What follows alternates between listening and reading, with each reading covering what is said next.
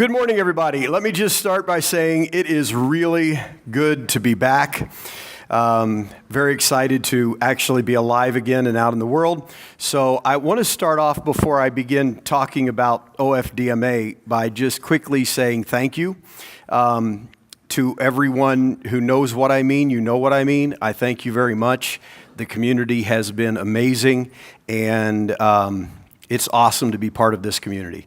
And I think that everybody that's new to it this year, because we have a lot of first-timers, welcome. Trust me, you've come into a community of people that will care for you, that will help you, and that will be there for you, and not just technically. So it's a great community, and I'm very glad to be a part of it, so thank you.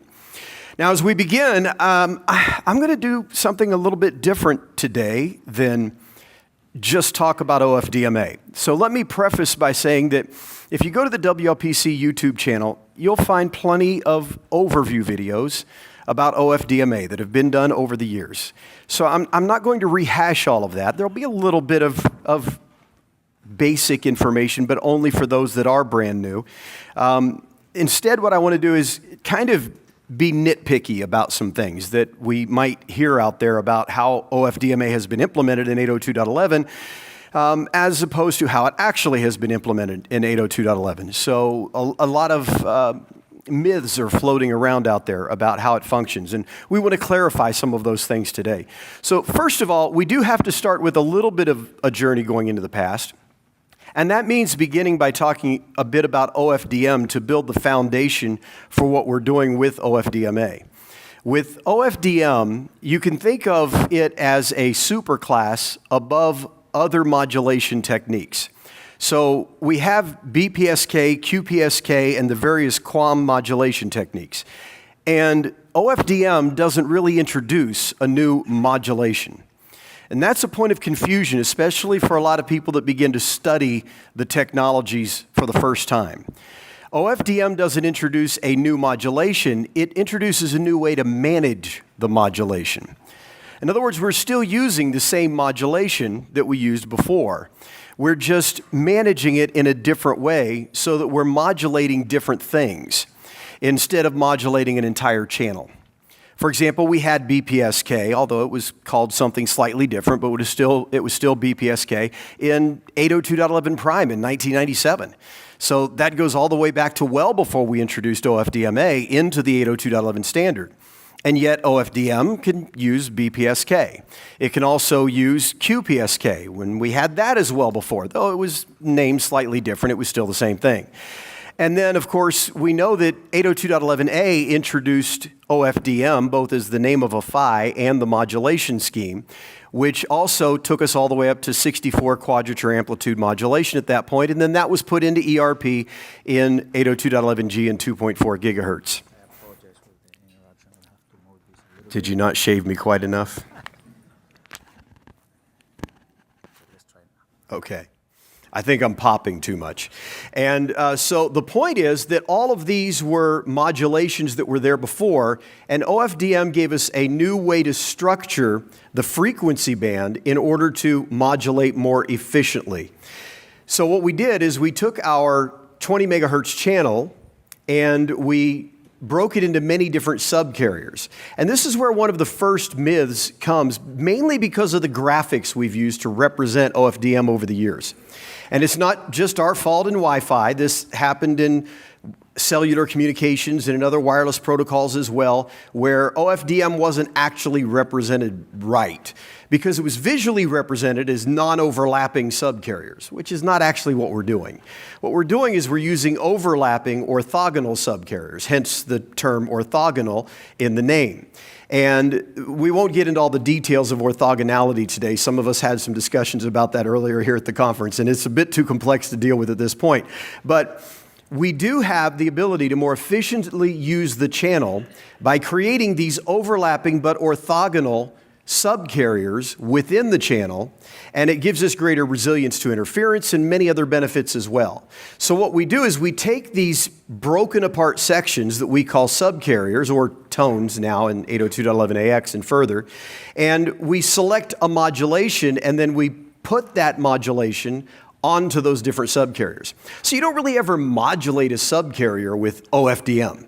you modulate a subcarrier with BPSK, QPSK, or one of the different levels of QAM. And that's how we actually modulate those subcarriers. All right, so what changed when we came into OFDMA? Well, with OFDMA, of course, we take what we started with OFDM, and we say, what if we can do something that allows us to change the nature of our communications so that instead of communicating with one device at a time, like we see here, we can begin to communicate with multiple devices at the same time.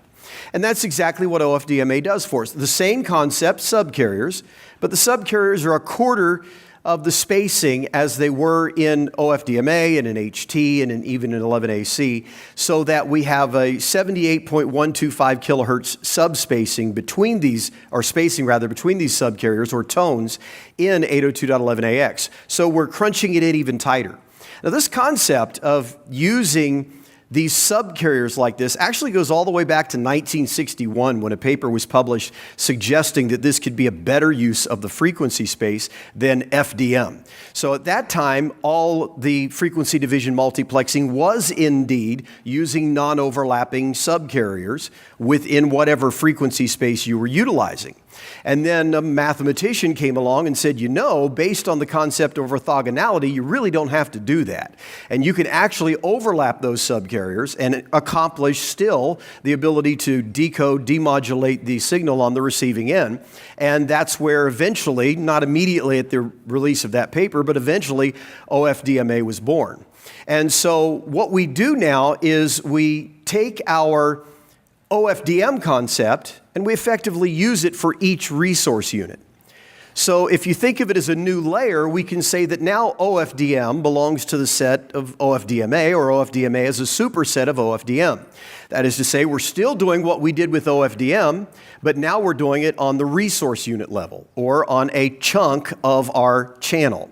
And we're breaking it apart in that way. Now, in order to accomplish all of this, we had to also implement some new physical layer changes in 802.11, and that's where all your PPDU formats come from. Now, if you don't know all about the MSDUs and the MPDUs and the PSDUs and the PPDUs and all the rest of the DUs, then just go through CWNA or go to a basic Wi-Fi class where they would teach that, and you'll gain your understanding of it. But we couldn't just have one PPDU format because we needed one especially for when we wanted to use this OFDMA concept of multiple resource units. And that's where the HEMU PPDU comes into play. Now you'll notice if you look here and if you're able to see it that the real difference between the HESU and the HEMU is that we actually have this new field called the SIG-B field. And if you look above it, even harder to see, but it says 4 microseconds per symbol, rather than just saying some fixed value. Well, that's because there's no real fixed value for that field because it depends on how many different client stations we're assigning resource units to. It can vary in length. But however long it is, it's going to be 4 microseconds per symbol that is used to communicate the SIG-B. So that allows us to do multi-user OFDMA. Not multi-user MIMO, don't confuse it with that. I know a lot of us have our feelings about multi-user MIMO.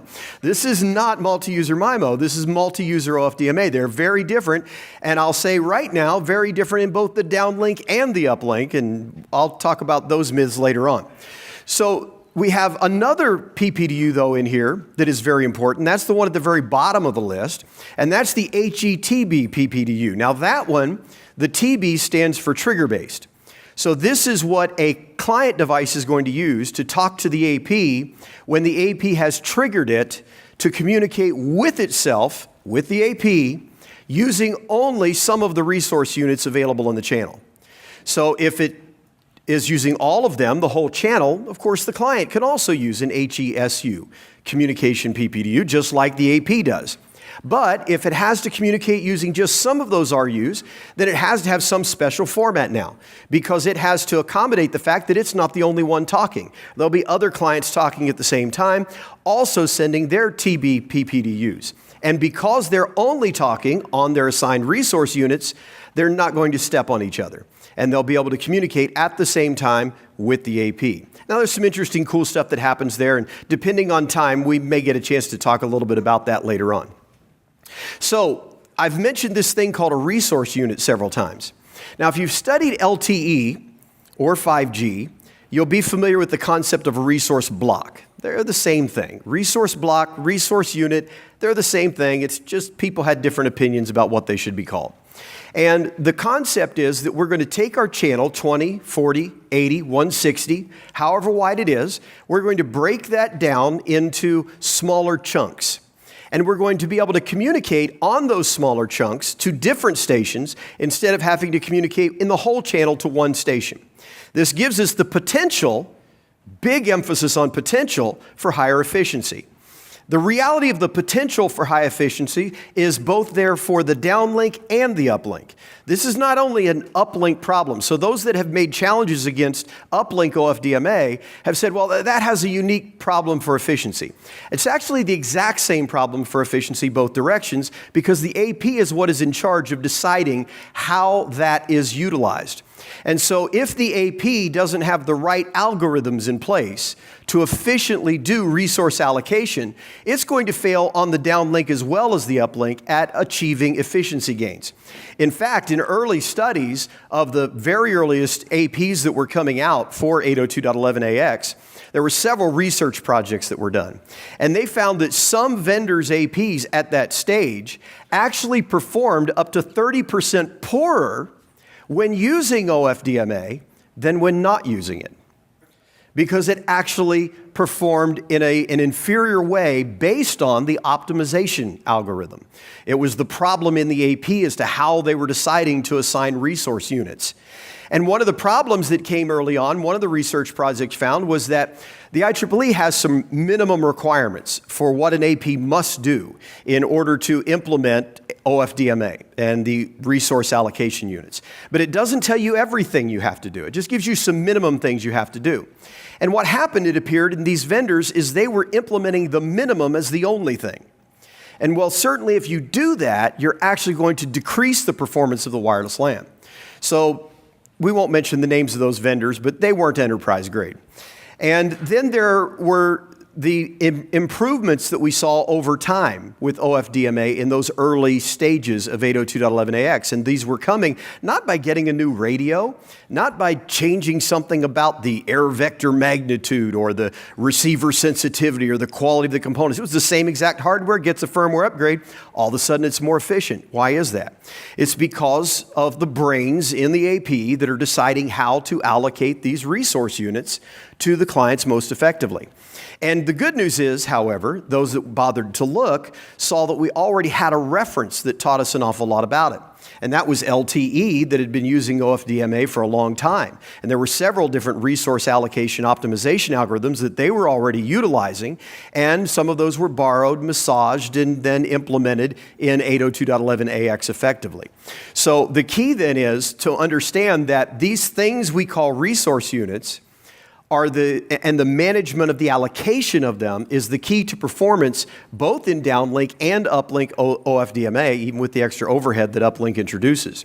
Now, I'm just showing a 20 megahertz channel here to keep it simple. There are obviously different resource unit allocation schemes for 20 megahertz, 40 megahertz, 80, and 160 or 80 plus 80. There are also different allocations available even within 20. I'm only showing the 9RU model. There are others as well. So what we see here, if you take a look at the very center, first of all, you'll see this thing called DC7. That's your direct current center of the channel, and it takes up 7 of the subcarriers that could possibly be available in the channel. That's why the 7 is there. Then on the far left side, you're going to see 6 blue bars, and on the far right side, you're going to see 5 blue bars, and then you'll see 2 more blue bars right in the middle of both sides. These are your null carriers. There's no energy on the null carriers. They're simply there as guard bands. Okay, so that takes up some of the channel space. And then you finally have what's left for your actual resource units. You have one really interesting resource unit that spreads right across the DC, and that's the one in the middle, resource unit 5. It's going to go from -16 to -4 below the center frequency, and then from +4 to +16 above the center frequency, giving that total of 26 different subcarriers within that RU. And of course, you have the gap of 7 in the middle because it can't step on the DC. And you'll see that for each one. As you go down, they're going down from the center frequency, and as you go up, they're going up from the center frequency. And then what happens is each one of those RUs effectively becomes a channel. That's what it amounts to. They become a channel. What we've wanted forever in Wi-Fi, smaller channels. Even though we had them, there was certainly a defined 10 megahertz channel and a defined 5 megahertz channel, but no one was implementing those. And so the standard had it, but we didn't do it. So we didn't really get any benefit from it. But this gives us the benefit of really smaller channels, but the ability to have wider channels for those higher throughput transmissions where we need those wider channels all at the same time. And this is something that is super valuable for IoT, of course, because most of our IoT communications are very small. They're not some large data file or something like that we're transferring. Literally, sometimes less than 1 byte of information needs to be transferred. And so being able to get more small communications through can be a really good thing for IoT. That's why I have a lot of hope for 6 gigahertz in the IoT space. And in the RU, one final note to make, you actually only have 24 subcarriers because 2 of those are pilot in each one of the RUs. And they're there to help tune and guide the radio. So we have 24 actual subcarriers we're going to use. Now, with that said, obviously you're going to have a lot lower data rate in each one of those RUs because you effectively have lower bandwidth, right? So we're going to have lower data rate, but we have lower data rates for more devices concurrently. So they're not waiting in a queue, they're not waiting in some line in order to get their data through to the AP or their data from the AP, whichever direction it happens to be. Now, as I said, one of the key things in all of this system is the resource allocation. And the IEEE sets some minimum constraints. They said there's some minimum things you have to do. And that's the first 4 bullets that we have here. So first of all, you have to have 104 times 20 megahertz channels. So let's say I have one 20 megahertz channel. Then I have to have at least 104 subcarriers that are being modulated across the entire channel. If I have 2 20 megahertz channels, I have to have 208 subcarriers modulated across the entire 40 megahertz channel. That's a minimum requirement. It's not saying that's all I can modulate, but I have to modulate at least that much. Then I have to have 52 subcarriers in each 20 megahertz channel, regardless of how wide it is, when there's an overlapping BSS present. So whenever there's an overlapping BSS, maybe I've got an 80 megahertz channel, right? And you would think, well, I don't actually have to do 52 subcarriers in each channel because I only need to meet that 104 requirement. Well, that's not the case because now we've got a new scenario where there's an OBSS. And when that OBSS is there, we've got to modulate 52 subcarriers in each of the 20 megahertz channels that we're utilizing. Then the third rule is at least one RU must be allocated in the primary 20 megahertz channel. So we have to do that. And finally, of course, the target clients that we're doing this with have to have told us that they can do it. So these are the minimum requirements that the IEEE specifies in 802.11ax for your resource allocation. Well, if that's all you do, you're going to get horrible performance. That is not going to utilize the channel well, it's not going to take advantage of the bandwidth, and you're going to get lowered efficiency, reduced throughput, and poor performance in the network. Of course, they don't tell you anywhere in the standard that you should just do that. They're saying you need to do this at a minimum, and then whatever resource allocation you do on top of that, well, it comes up to what you want. It becomes a optimization problem. There are myriad of ways to resolve optimization problems statistically, and there are many of them that have been come up with. But this is going to be the area of the secret sauce, right? This is the area where we won't always know exactly how it's being done by the different vendors that implement their solutions. But it is the opportunity for improvement and efficiency, doing better than the competition, and giving you better and better performance. And it is why some vendors might do better with certain types of environments than others if they don't optimize the resource allocation differently depending on the environment. So if they just have one fixed optimization algorithm and they say, this is what I do, then they're going to work great for whatever environment that's perfect for. But if they don't change it for another environment, then they might not work as well in that environment. For example, an environment that has very heavy use of small packet transfers over time, mostly in the uplink, That's going to need a very different resource allocation algorithm than one that has a lot of large transfers, mostly in the downlink. And so the opportunity is there to do very creative things within the brains of the AP to get very different results in the OFDMA system. Now, one of the things that we have that has been debated is uplink OFDMA.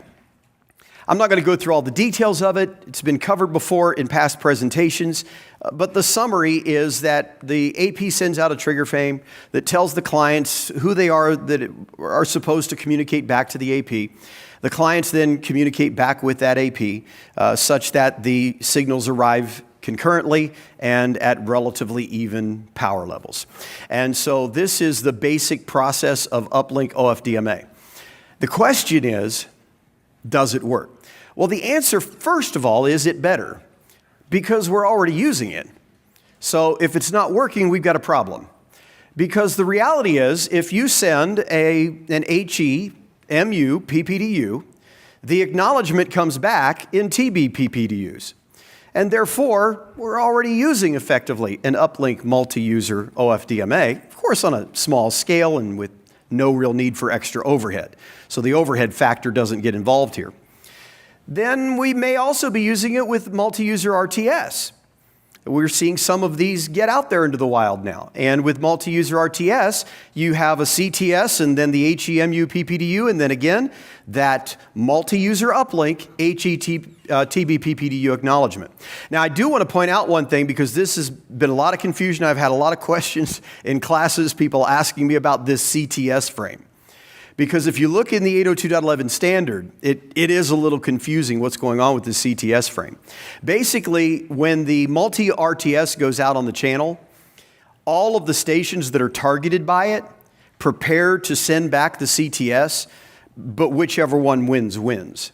So it's not that it's, and the reason the curiosity comes up is because the standard states very explicitly that this CTS frame is modulated on the entire channel using OFDMA, not using OFDM, using OFDM, not using OFDMA. And so if it's transmitted on the entire channel using OFDM, how in the world does the AP receive it when all these stations are responding at the same time? Well, the answer is they're not. They're contending for the medium, the first one to win, to send the CTS back. That's the CTS that counts. And of course, the other stations can see there's already a frame going out because they missed the contention, they didn't win, and so they don't ever try to send that CTS. So this particular one on the left side for our stations is not a multi-user uplink OFDMA. The one on the right, however, where it says HETB, that is a multi-user uplink OFDMA. So we're using it. All right, well, let's talk about this then. The myth. Multi-user MIMO doesn't work, so uplink OFDMA won't either. So there's this assumption that says, man, you know, we've tried multi-user MIMO even in the downlink and it didn't work, much less the uplink. So there's no way that uplink OFDMA will work either. Well, let's think about that logic for a second without investigating any of the technicalities of it. The argument is multi-user MIMO on the downlink didn't work, so multi-user OFDMA on the uplink won't. It really doesn't make a lot of sense since OFDMA on the downlink works. So we're comparing two wrong categories. We've kind of missed the mark in the comparison. So that argument really, as soon as you think about it, you realize you're not comparing apples to apples. You're comparing two completely different things. You're comparing something that works wonderful in the downlink to something that doesn't work all that great in the downlink, when in reality, they're very different things. They're really not anywhere close to the same. The question we have to ask about uplink OFDMA is my environment going to benefit from it? And that answer is going to come to us more and more over time as we're utilizing it, but many environments will benefit from it. And this isn't just an 802.11 thing or an IEEE thing. Uplink OFDMA is an exciting area of research and planning within cellular networks as well. So when they first implemented OFDMA with LTE, it was just OFDMA in the downlink, and then they used something called SCFDMA in the uplink because of some of the challenges of doing uplink OFDMA. And one of the greatest areas of challenges with uplink OFDMA is in highly mobile environments. And that was one of the main driving reasons why it wasn't implemented in LTE initially. Well, if you think about it, no pun intended, by the way, with the driving reason. But if you think about it for a moment, we are highly mobile with Wi-Fi, but not that mobile. We're not as mobile as a car driving down the highway at 50 miles an hour. It is different. And because it's a different world, we may be able to benefit from it where others could not. And indeed, what we're seeing in the early results is that in the right environment, it's massively beneficial. In some environments, it's an increase of 400% efficiency. In other environments, it's a decrease of 25 or 30% efficiency. So the reality is that we can't just say, oh, it's good or it's bad.